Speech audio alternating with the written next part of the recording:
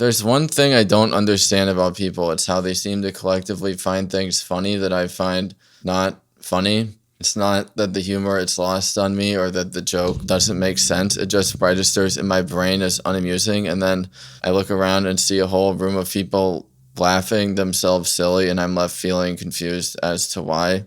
There are situations where the opposite happens, where an anecdote will strike me as humorous completely out of the blue and no one else will get it. Humor is a very individual thing, and science has yet to determine what funny actually means in a concrete way. One thing I know for sure is that a bandwagon mentality is very real. So if a few people in a group find something funny, most of the other people will pretend to find it funny as well so as to fit in, even if they don't get the joke or think it's not funny at all. When people launch into telling a joke, I start to laugh before the punchline because I know that I will not get it.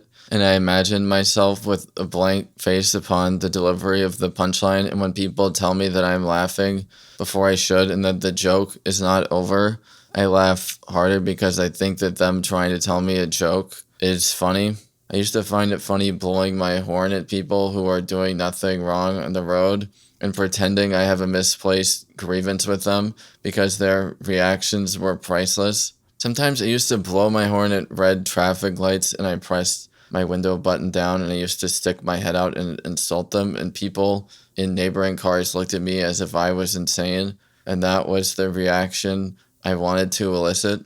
I also like to make up unfunny jokes that people listen to but are unmoved by. I like to tell them when everyone else is telling jokes that others laugh at and it's my turn to tell a joke. People who wear glasses often push them closer to their eyes and ask how it was funny, and I tell them that their reaction was the punchline to my private joke. One of the worst social disasters I ever experienced was at a presentation I went to with my boss, Judy, the manager of the corporation that we were trying to sell our services to. It was quite normal during the presentation, and he said, "Can we continue the conversation in my office?"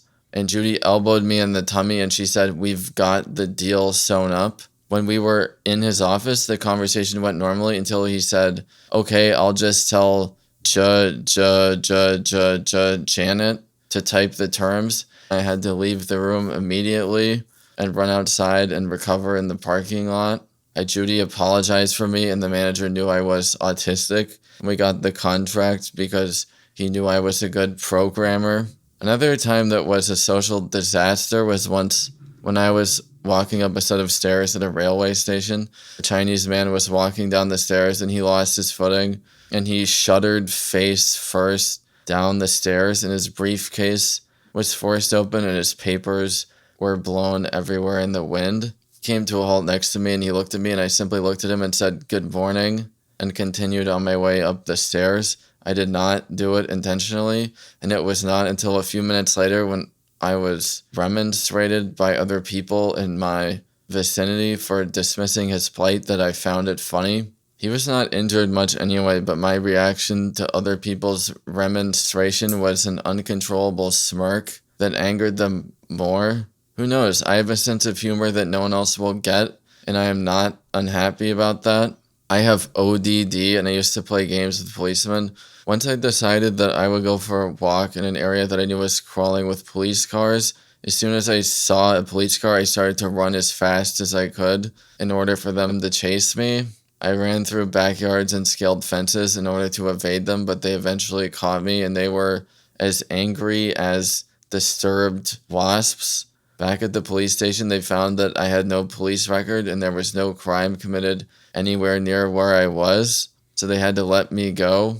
And one police officer told me to pass him a pen that was on my side of the desk, and I refused to do so. Policeman, "Yeah, mate, pass me that pen." Me, "No." Policeman, "What?" Me, "No." Policeman, "What's your problem? Just hand me that pen." Me, "No." Reached forward and grabbed the pen and he wanted to charge me with refusing to obey a policeman. Me, "What will my sentence be if I am found guilty of not handing you a pen?" Policeman, "You're a problem, mate. You've got problems." Me, "But they are your problems, not mine."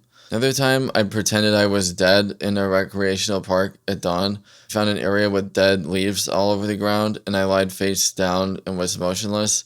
I tried to breathe so lightly that it could not be detected. Someone who was walking their dog picked up a stick and gently prodded me with it to see if I was dead, and I did not respond. She jabbed me again, and I suddenly came to life and rolled face side up and said, "What do you want?" And she screamed and ran off and called the police.